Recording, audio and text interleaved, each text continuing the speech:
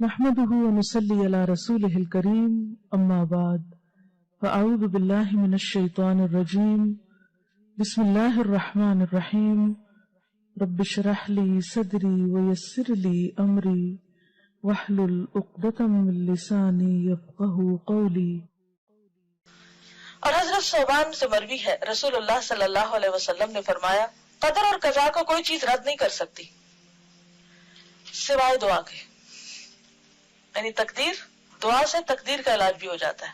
اور کوئی چیز عمر کو نہیں بڑھا سکتی سوائے نیکی کے، نیکی سے عمر بڑھتی ہے دو طرح، ایک تو سال اور مہینے بڑھ سکتے ہیں، اور دوسرے وقت میں برکت، کم عمر میں بھی تھوڑے وقت میں بھی بہت کچھ آپ کر جاتے ہیں جو دوسرے لمبی لمبی زندگی پاکے بھی نہیں کر پاتے، کیونکہ ایک نیکی دوسری نیکی کا دروازہ کھولتی جاتی ہے۔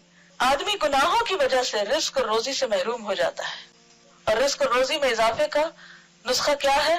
کون سی دعا ہے خاص طور پر؟ استغفار۔ سورۃ نوح میں آتا ہے نا فَقُلْتُ اسْتَغْفِرُوا رَبَّكُمْ إِنَّهُ كَانَ غَفَّارًا يُرْسِلِ السَّمَاءَ عَلَيْكُمْ مِدْرَارًا۔ تو بارشیں برسے تو کیا ہوتا ہے پھر؟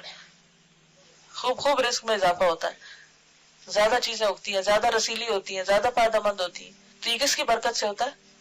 استغفار۔ کس نے کہا یہ؟ اللہ تعالیٰ نے۔ وَيُمْدِدْكُمْ بِأَمْوَالٍ وَبَنِينَ۔ استغفار کے اور کیا فائدے؟